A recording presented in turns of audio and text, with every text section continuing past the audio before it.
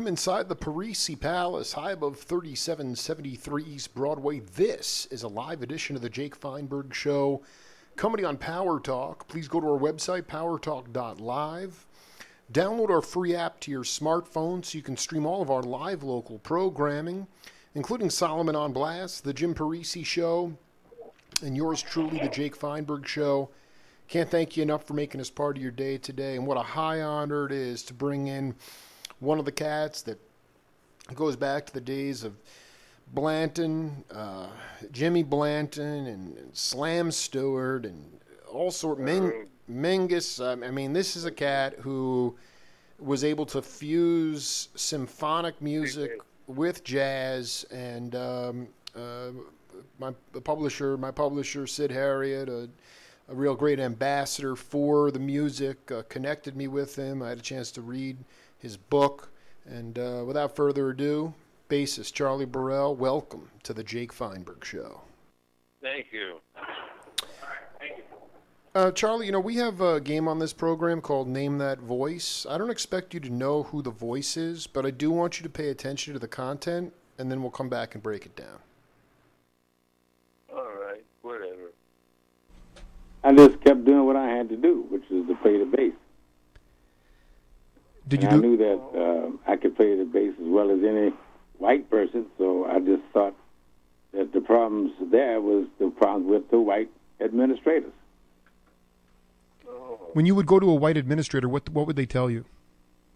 They wouldn't say nothing. They just won't call you. And they save you for last if you're auditioning. That's what you call microaggression.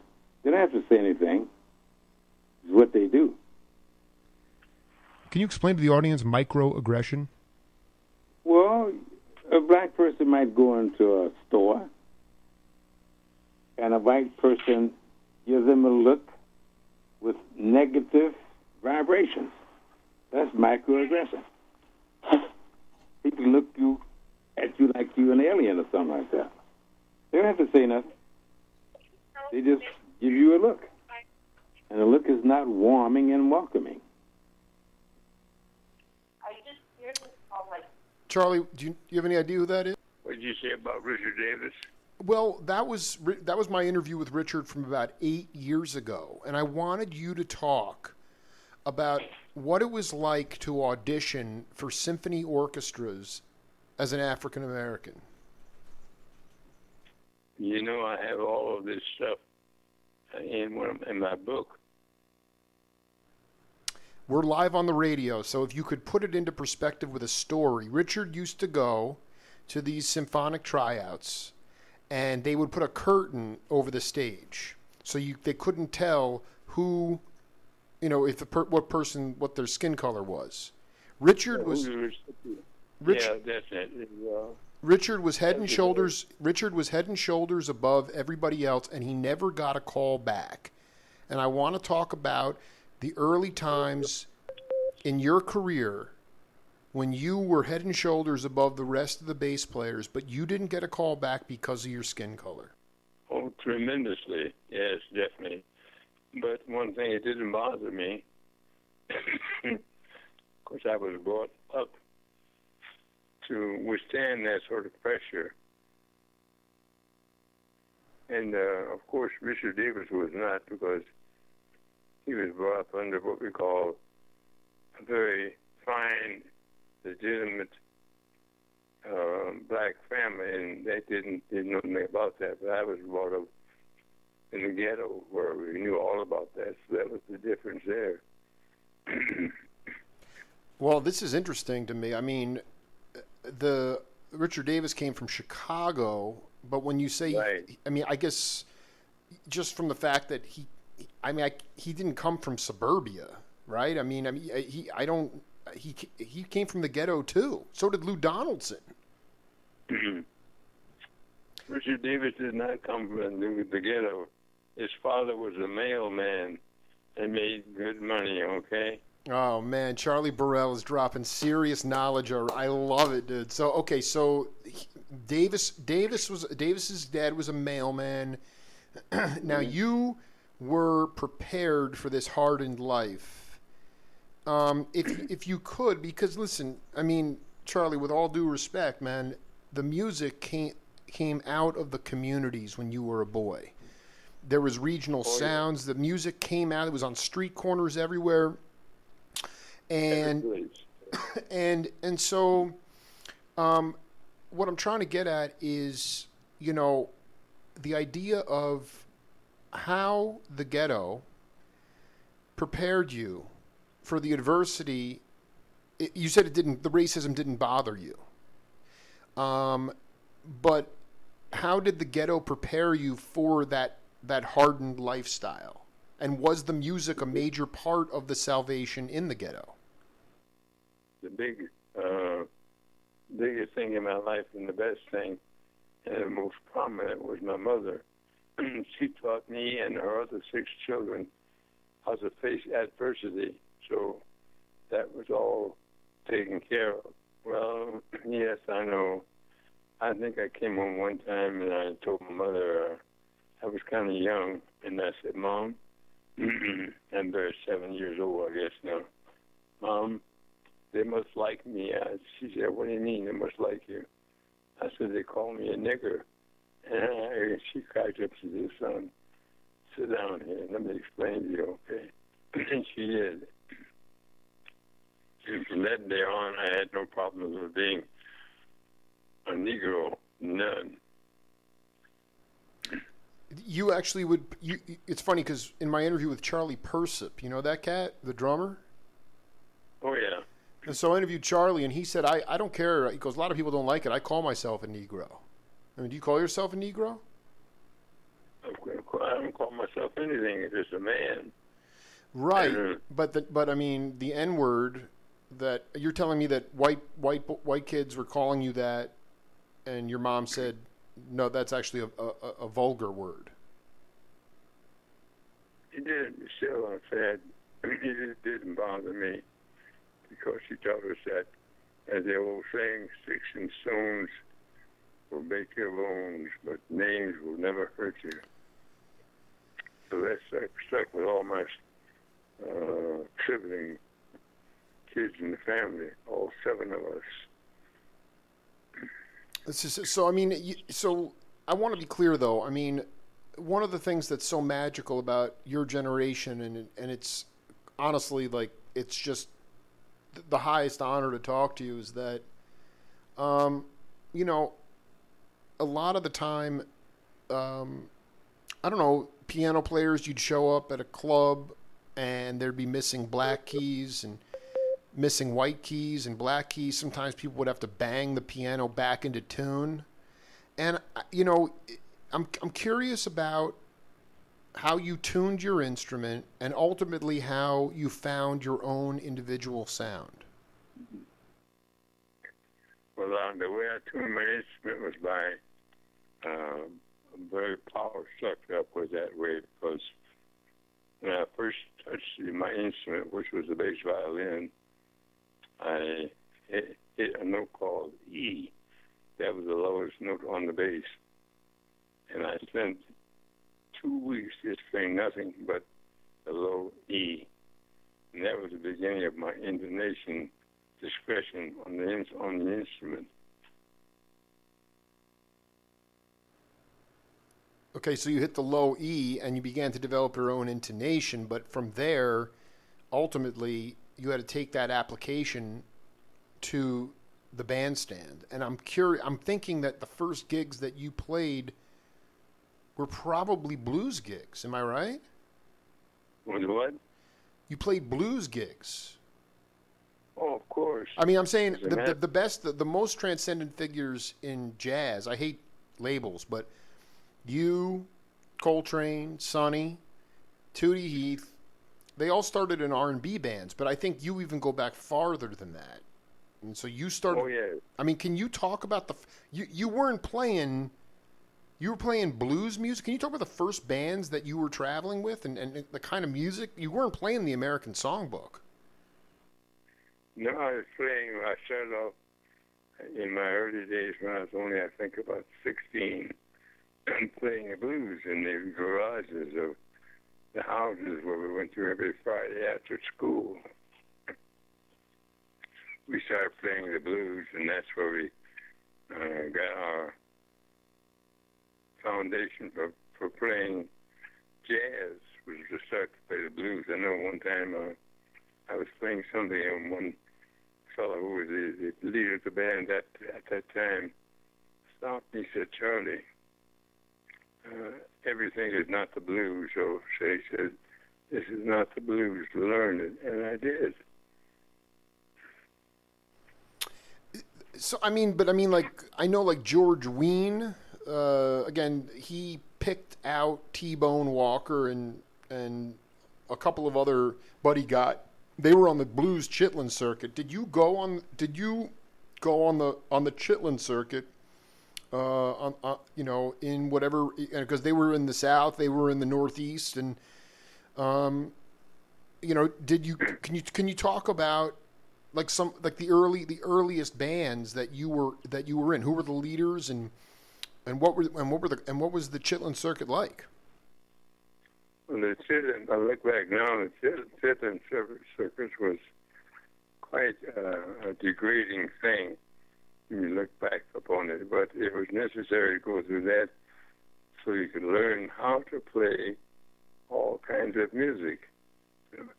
And I think my first affair with that was with a band leader called vibraphone player.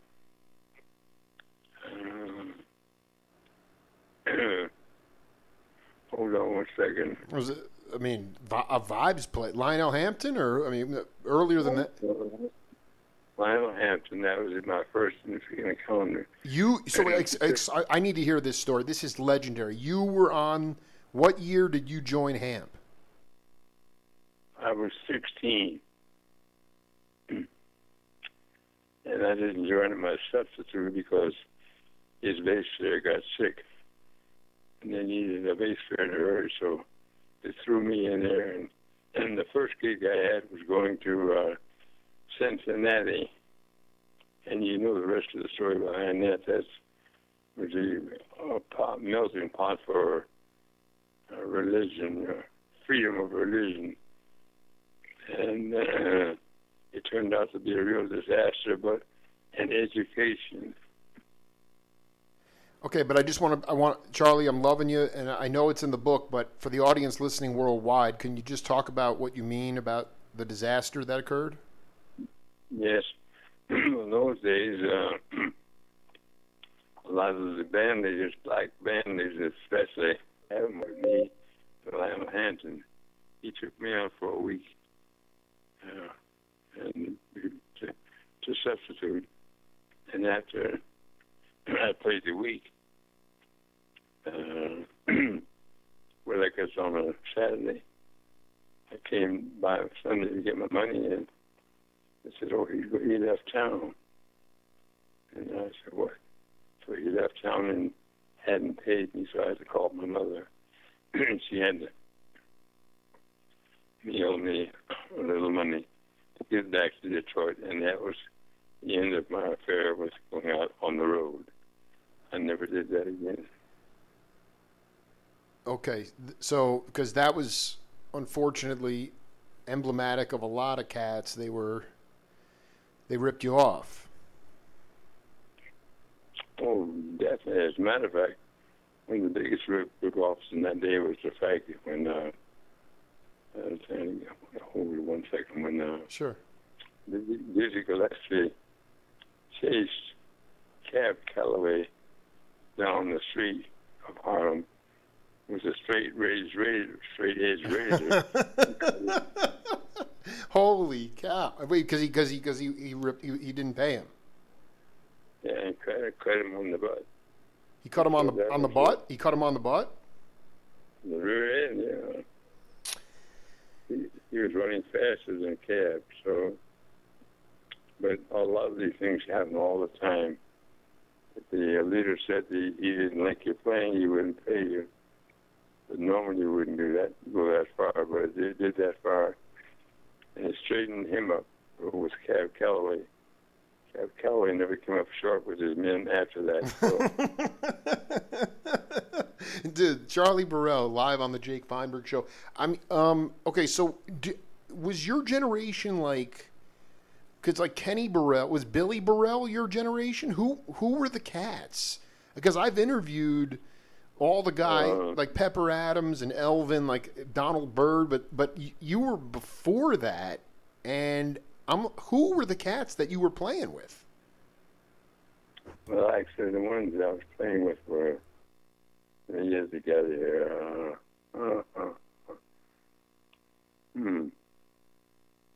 A drummer, I can't think of his name, but his grandson is still playing. And here and there are different musicians, and one called, hold on one second. Yeah. From Detroit, who played at a place called Baker's Lounge. Oh, sure. Which was a very famous place. So I got my experience with playing with the piano player who was there at the time. Real experience, because he was one of the best piano players around in that time. Was it Tommy Flanagan? No, this was before Flanagan. This was before Flanagan. You have to get me some names on these. This is before Barry Harris. This is like pre-bop. Yeah. Holy cow, dude! Who are you? Get me some names, man. You got to get some names for me. And exactly, like, did you? I think one of the things that's so beautiful about you is that it's all. I mean, you came from the Duke Ellington School of Music. You know, it's all music. And I mean, were labels?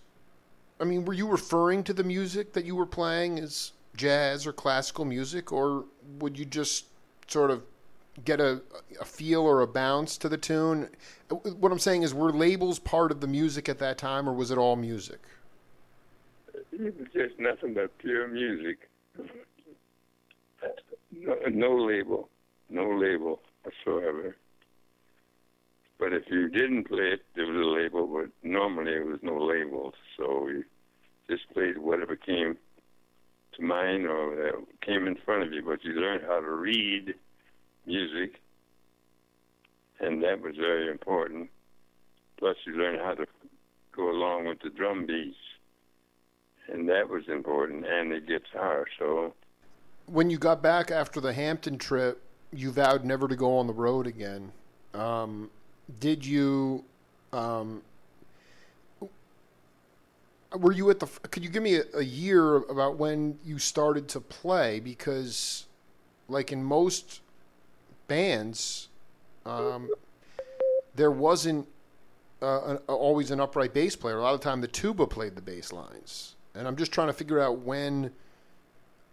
You know, who were your peers? Who were your upright peers? Wilbur Ware? Oh yeah, of course, and he was with Duke, if I remember correctly. And Senator Eugene Wright? No, he was one of my students. Get out of here!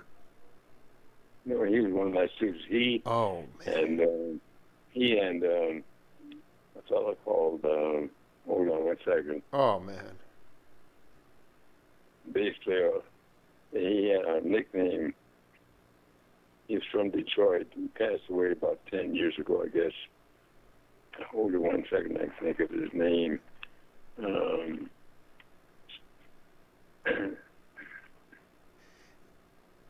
But you know, it's kind of hard to. It's fine. Listen. I want. What were the clubs that you were playing in Detroit at that time? Because I remember Eugene Wright. Oh, Monk would show up.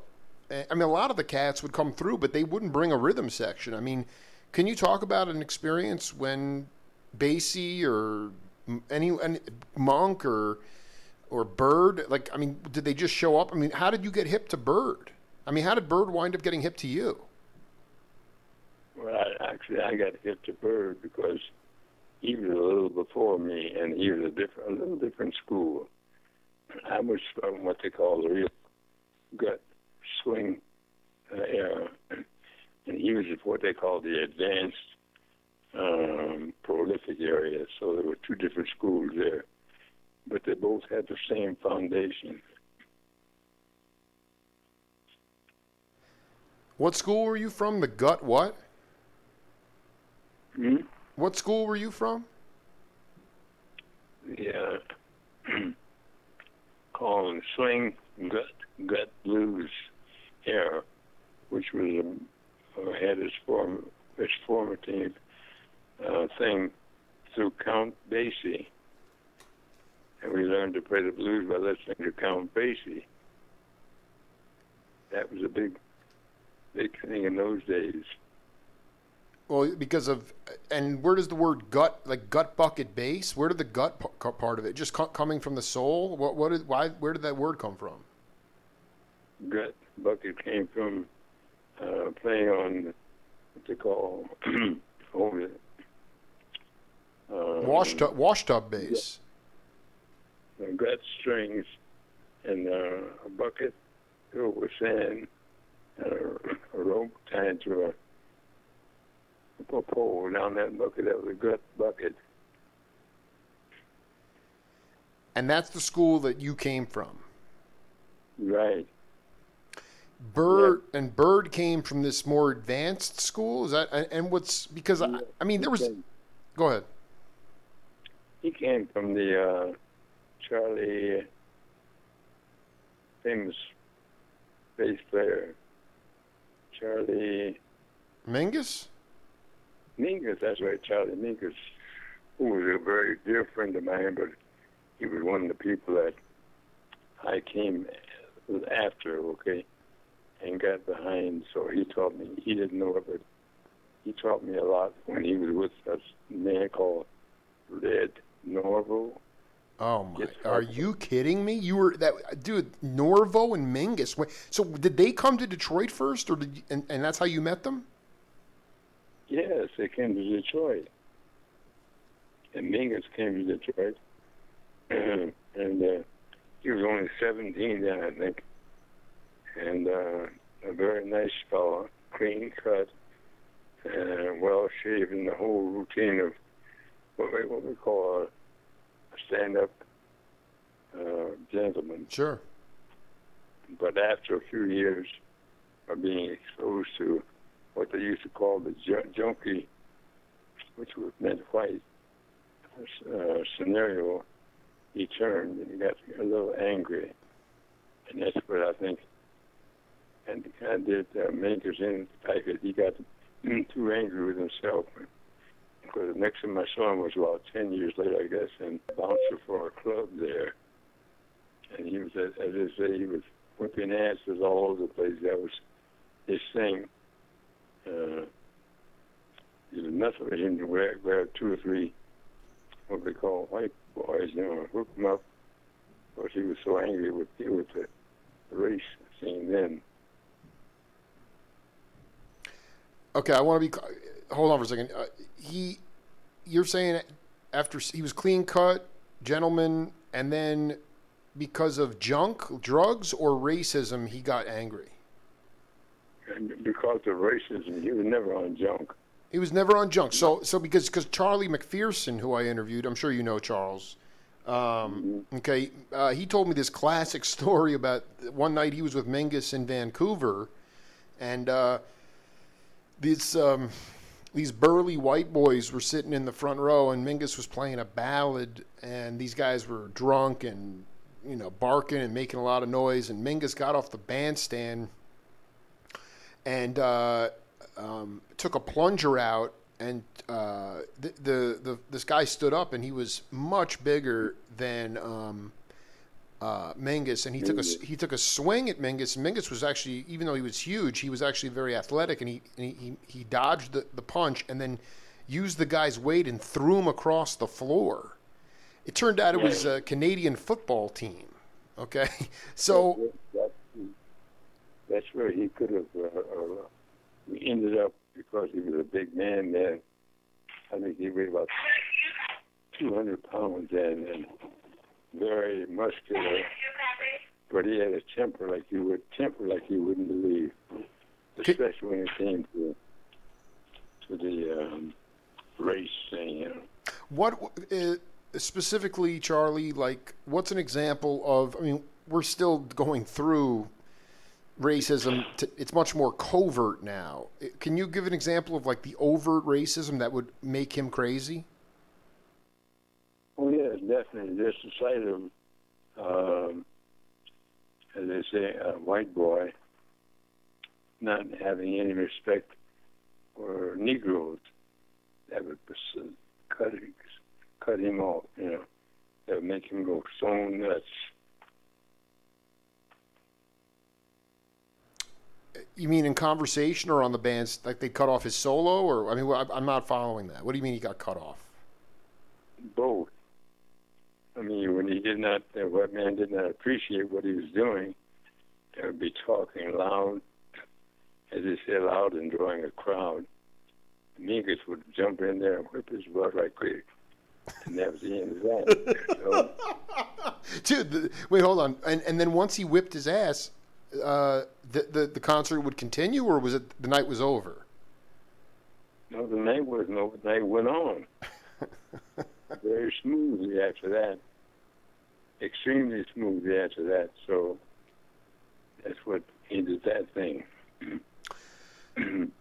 When you met him, looking back on it, he was telling you, Charlie, man.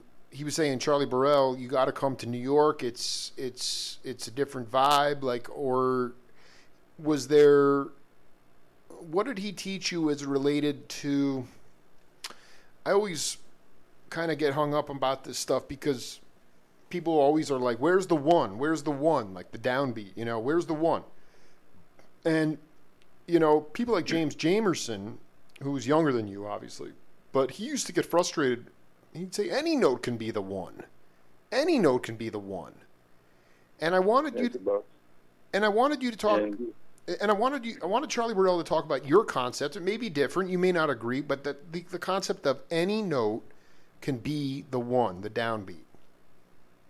That was it. Just like, for instance, years before that, I think I was only about 17 or 18, about 17. I was playing with in a joint called Henry's in Black Bottom, which is called a section of Detroit. And this one fellow came in with this horn. You'll never guess who it was. Who was it? Okay. He was one of the most famous reed players after that. He played soul reeds, all kind of reed instruments, and he became very popular near the end of his days. It was Roland Kirk? And the leader jumped up and told this fella, I don't think his name. Was it Rassan Roland Kirk? No. It's a little before him, I think. Wow. But then the leader told him to go home and learn how to play a horn in tune. And he did. It took him quite a few years, but he just died a couple of years ago. Funny enough, he had a Muslim name. It was Yusef Lateef? Yeah, that's it. Yusef Lateef. I knew it. Yusef would come in and... Wait, I was like, so who was the band leader? Do you remember? Yeah. Trombone player named... hold on one second. I just want to be clear, though. He came in and Yusef was playing what he heard, and the guy said, go back and learn your horn, learn to play in key, learn to play in the right key. No, learn to play in tune. Learn to play in tune. We had a tune. I'm trying to think who it was. Band leader's name was then. Oh. Did you play with Washboard Willie? Oh, yes. Can you talk about Washboard? He was not but an ordinary fellow, but he had a great sense of humor. And he could play like you believe and you could believe in terms of rhythm. He had a rhythm sense that was phenomenal. And he played the washboard like it was a real instrument. Did he get like? Can you talk like the kind of tonalities would he get? Would it sound like a guitar? Like what did it sound like? It sounded like a boom, boom, boom, boom. But the notations were not there. There's a boom, and there's a good boom, though. It was a good boom. So you would just play with him like on the streets, or like what kind of like? I mean, what kind of clubs would you play in Washboard? In the joints, what we call The joints, yeah. Friday night joints, where you play for the Friday nights for a little money to pay the rent. So, did you the first real cat, the heaviest cat you first met was Mingus? Like that was not from Detroit. Is that fair to say? No. The first heavy cat I ever met was Al McKibben. Are you kidding me? No, that was You my idol. McKibben, dude. McKibben. McKibben. It was. I mean, dude. The work he did with Cal Jader was and George Shearing. So how did you connect? Was McKibben from Detroit? From Detroit. He taught me a lot about how to handle yourself and how to play music, because he was, without a doubt, one of the finest bass players I had ever known. He and the boss, Jimmy Blanton, who was the boss of all bass players, the one with Duke Ellington when he was 17. What I mean at that point, what did McKibben? What was, if you could say one or two things that he told you about how to play and what I mean, aside from the obvious, I mean, to me, the greatest thing about Mingus, McKibben to a lesser degree, Ware, Burrell, Charlie, you guys actually had your own individual voice on an instrument that was considered a timekeeping instrument.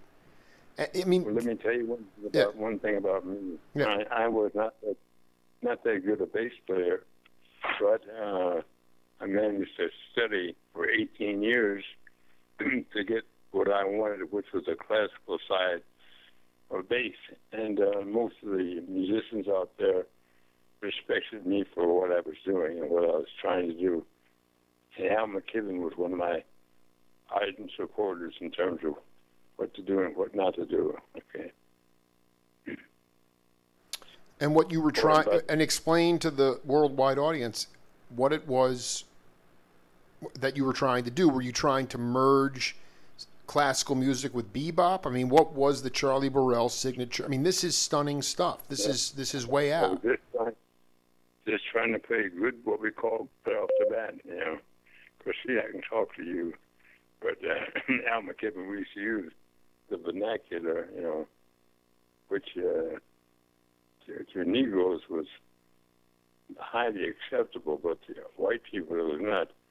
I remember I was playing one day at a place, and Al McKibben came up and he says, nigger, you ain't playing shit. Okay?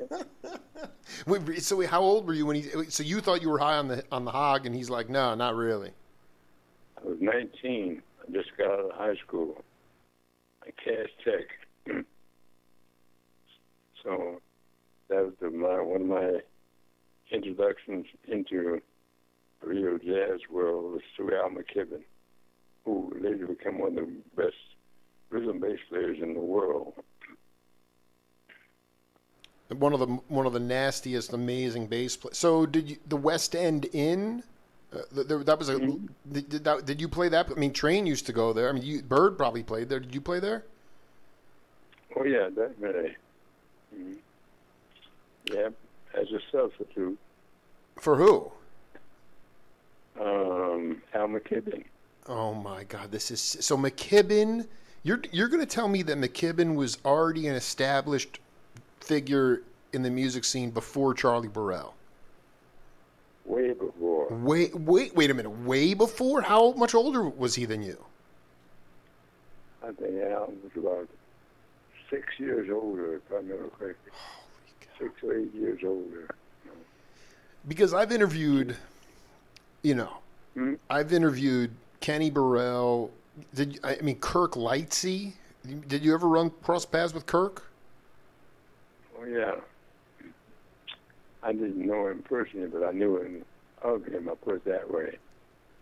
And, of course, the big thing was when I came up was being around people like Al McKibben and the piano player, I'm trying to think of his name. He was a classical pianist who turned to be a jazz man, and still is. Barry Harris. Barry Harris. No. A classical name like piano player. Is he still alive today? No, he just passed away a couple of years ago. Oh man, I should know. Okay, so because there was just so much activity. What about? Can you talk about? You must have. I guess another cat that probably had an influence on you was Bags. Oh yeah, Bags. I just talked about him yesterday. It was his real name was. Hold on, I get it for you. It was Milt Jackson. It's Milt Jackson because there were 3 Milts in my vocabulary. Milt Jackson, Milt, the one with Count Basie, not Count Basie, but Milt Hinton. Milt Hinton was one of my playing teachers. No, in Detroit? Yes. Was Hinton from Detroit too? No, he's from New York, but he made the big, what they call the big theater movie circuit, which is in Detroit, which is called the Michigan Theater and the Fox Theater. Sure. And in the big cities, it was Rialto and all that sort of thing. He played all that circuit. You know. So the 3 Milts was Milt Jackson, and who else? Milt Jackson, Milt Hinton, and Milt Buckner. Milt Buckner. Mm-hmm. Holy cow, we're going deep. What about Ollie Jackson? Was he one of your teachers? No. Oh, no. Oh, no.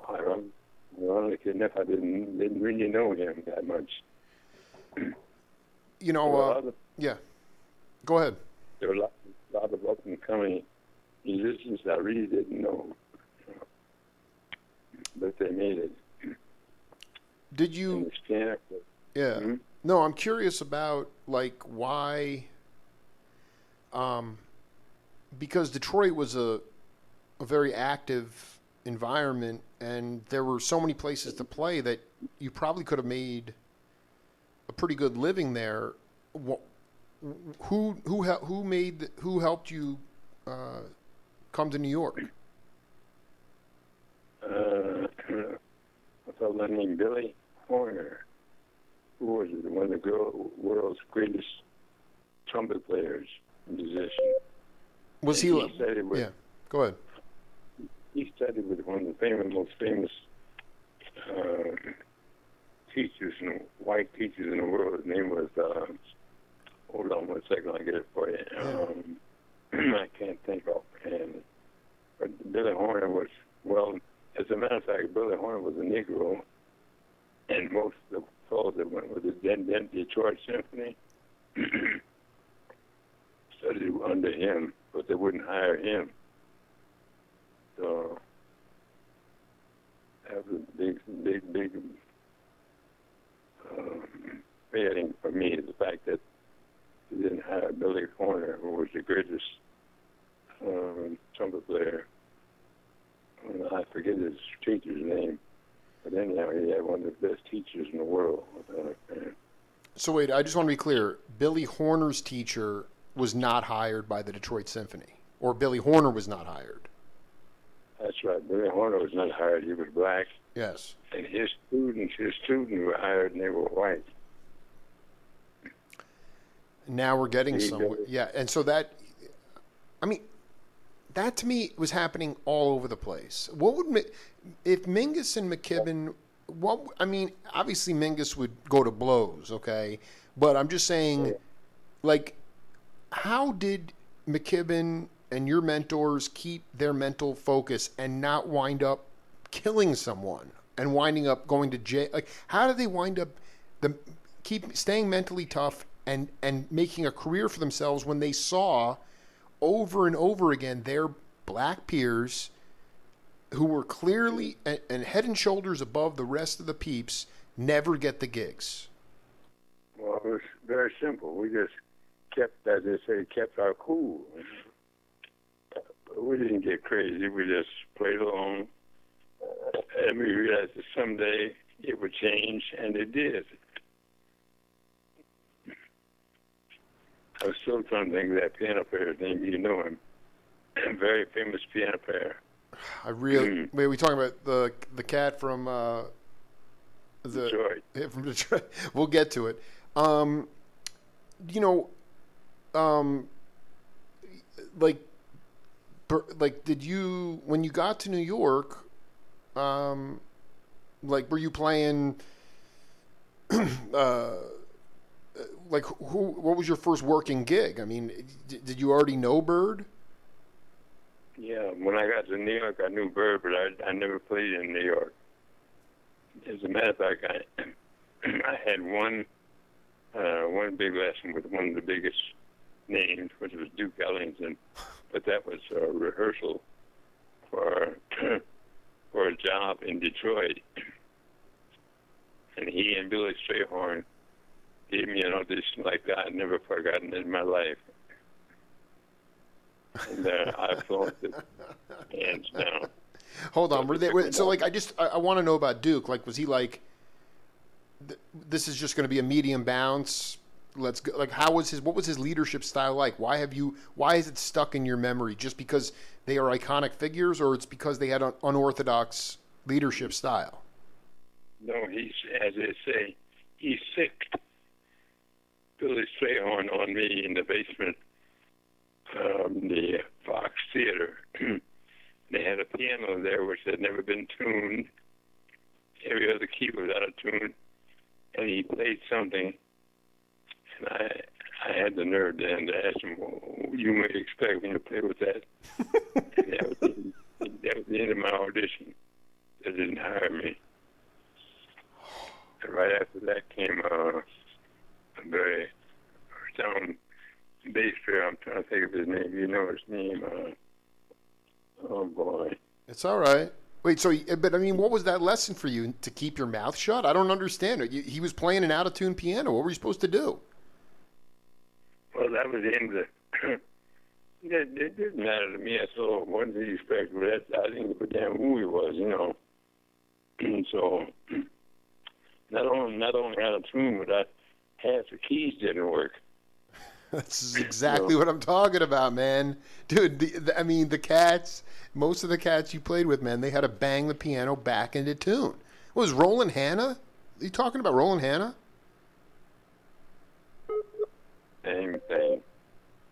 I almost had the same that piano player who's. It's gonna be so good when you get it. I apologize, I can't get to it, but I mean, okay, so you had the lesson with Duke, but I mean, did you just have to, like, did you go to Birdland and meet like J.J. Johnson and Bird and Miles? Like, how did you, like, you knew Mingus, but how did you get into the New York scene?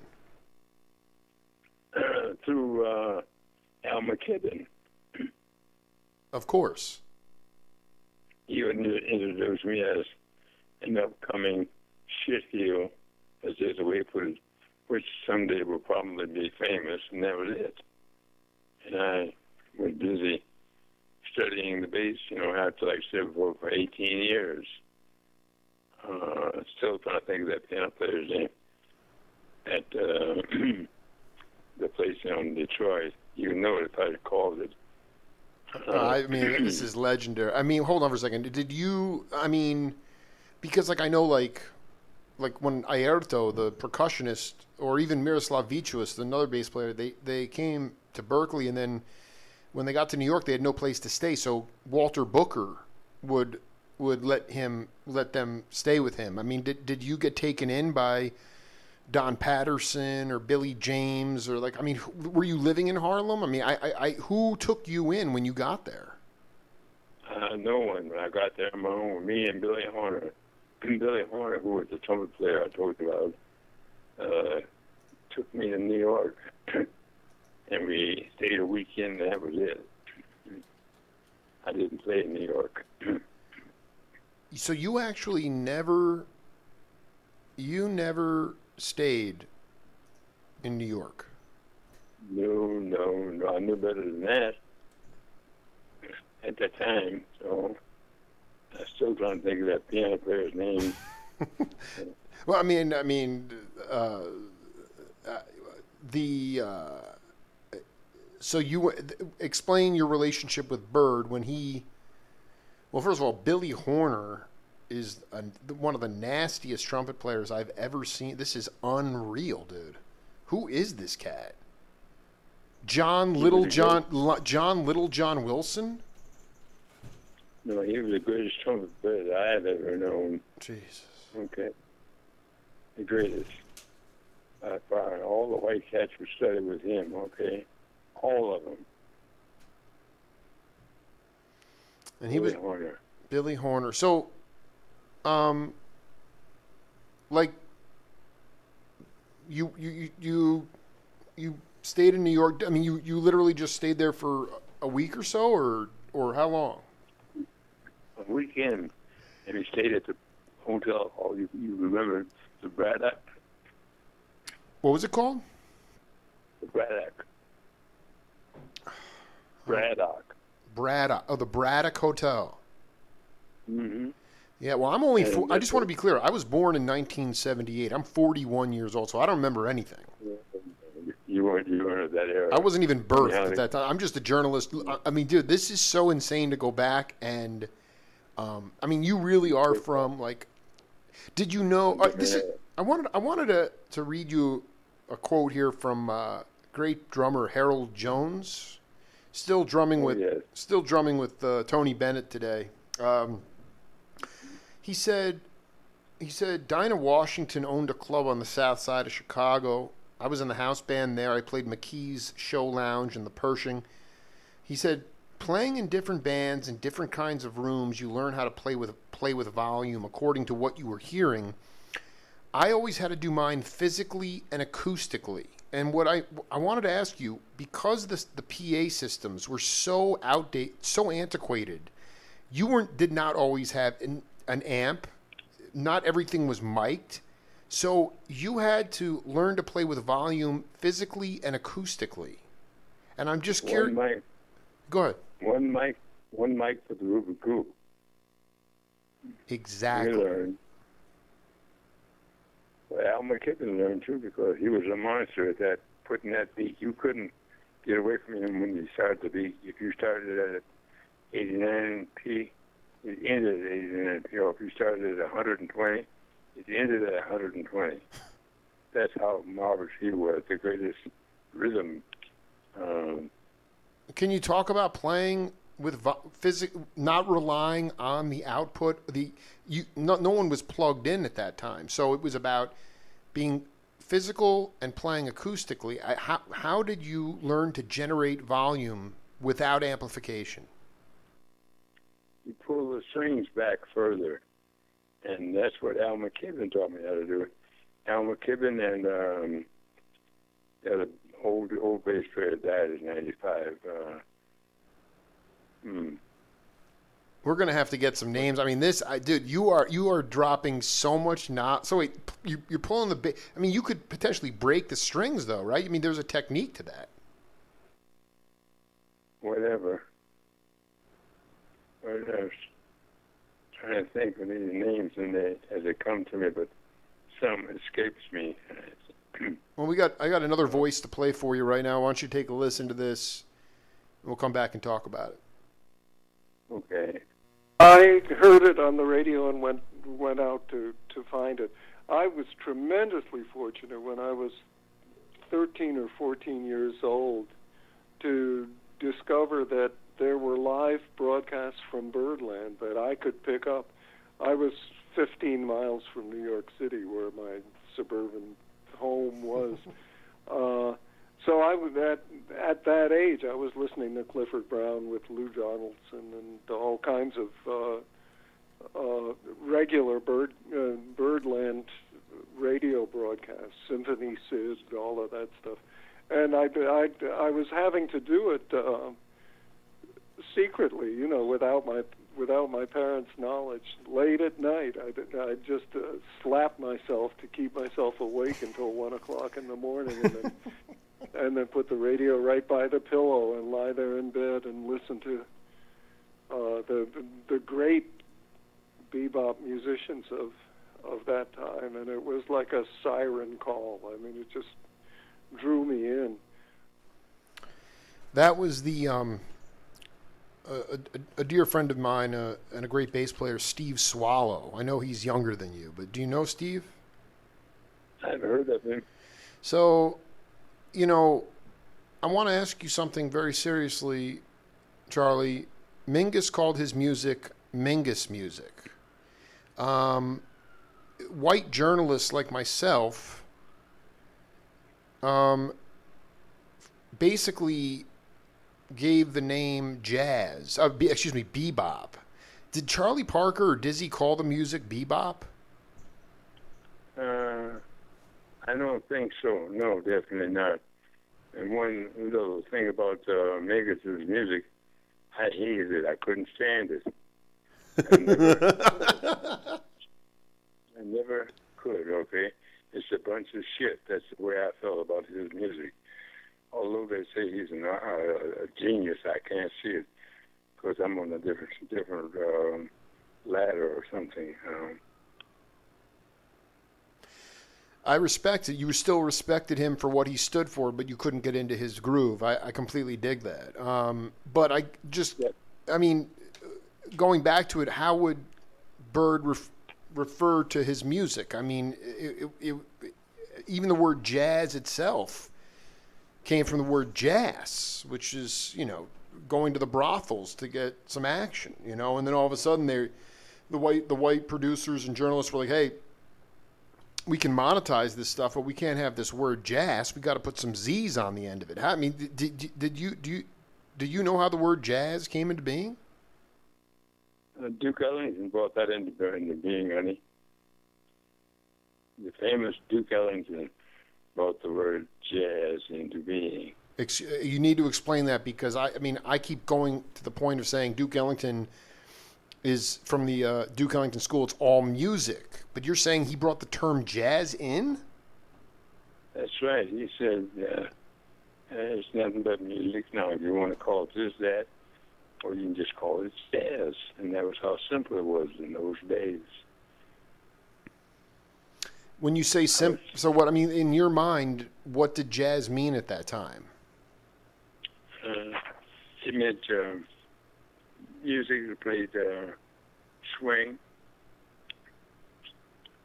swinging at the place in Detroit. I was talking about Baker's. His name was Pat Flowers. Yes. You probably never heard of him. Never. And he played as much piano as I'll tell you who. Yeah, as 1 second, Pat Flowers. As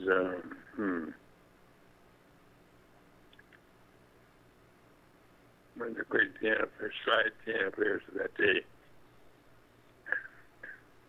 What about Bess Bonnier? Who?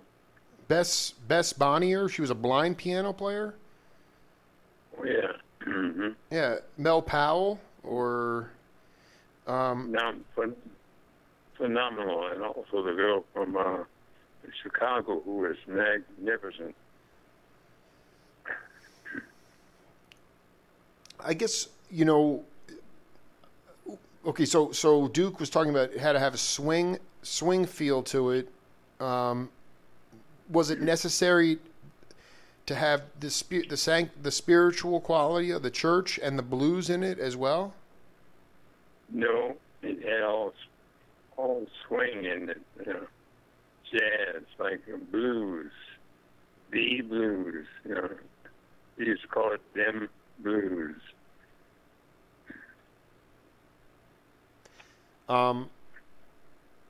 Did you ever could you talk a little, you never left Detroit to to go to Chicago to play jazz, or did you get outside of the Motor City? No, I never left there. Left Detroit to go to Chicago to play jazz. Only one time, and that was enough. That taught me the lesson of don't go out playing because you're not ready for it. That was the name of that game. Well, what happened that made you feel you weren't ready for it? I couldn't get any jobs. So you found the rise and fall of the fork, the way to sing for your supper was through classical music. No, it was through basic jazz, which in those days a decent living, playing that kind of music. So that's what carried me over.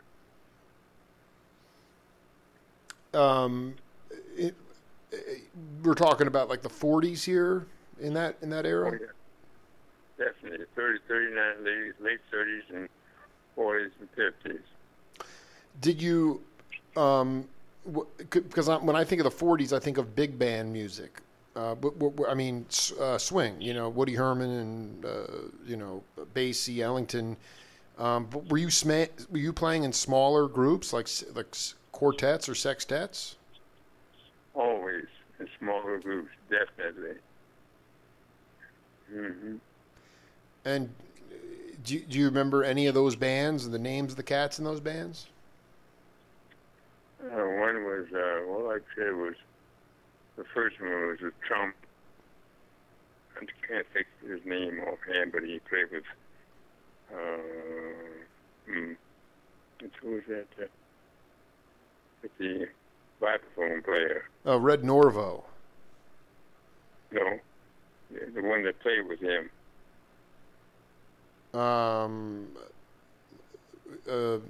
Not Milt Jackson. I mean, was it like? Well, I mean, I guess that was. I'm curious about the instrumentation of those small groups. Would it be tenor, trumpet? Would it be trombone, tenor? What would the instrumentation be?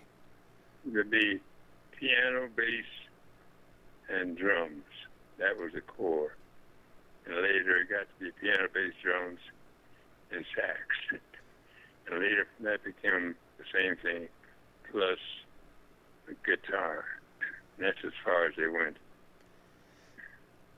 What was the first studio recording that you were on that you didn't get credit for? I don't really remember. There were so damn many of them. What was one that you can point to that was seminal for you in your career, and also what studios were you recording at? Way back, and it was called Fine Brown Frame. The latest name was hold on, Nellie Lutcher. Yes. Nellie Lutcher. Mm-hmm. All right, I'm going to ask you. I think I just found Don Ewell. Ewell. Mm-hmm. Is that the piano player you were thinking of? No. The piano player I told you, Pat Flowers, played just like big fat fellow that died in his 40s. I'm looking here. Don Ewell, Denver concert, 1966. Charles Burrell double bass, Barbara Dane on guitar, Don Ewell on piano. And this is before that time. I really can't think about it now because it's clouding my memory. But I was trying to say something which I thought would be very pertinent to what you're talking about.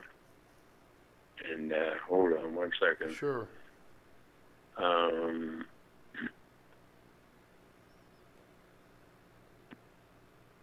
Yeah, this Pat Flowers played just like, oh Lord, Patch Waller. Yes. Even even a little faster than Fats, okay?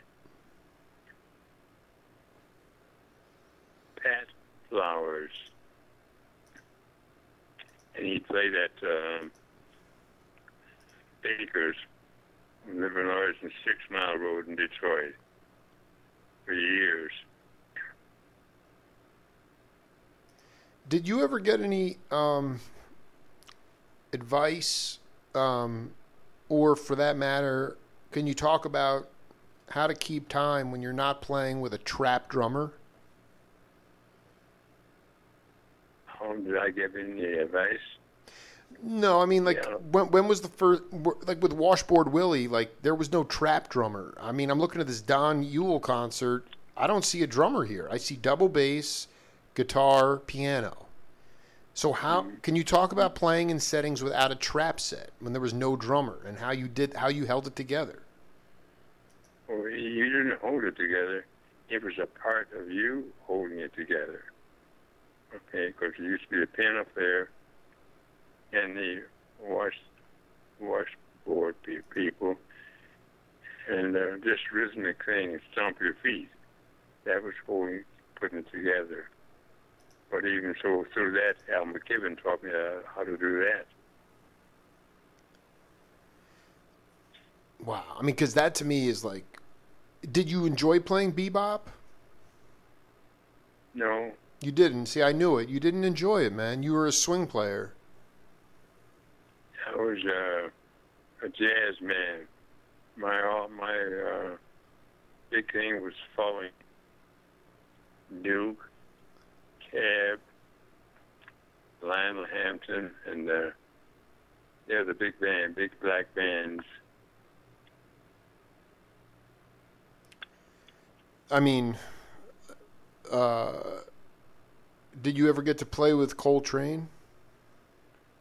No, I got to be still on the same stage as Charlie Parker, but other than that, no.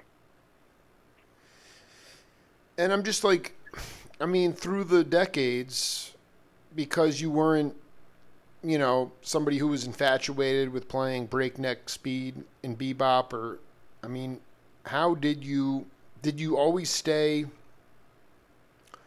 in that swing bag, or did you experiment at times with other forms of music? I mean, or fusings of music, and is that how you continued to make a living as a musician? I just stayed with the jazz scene all my life, as a matter of fact.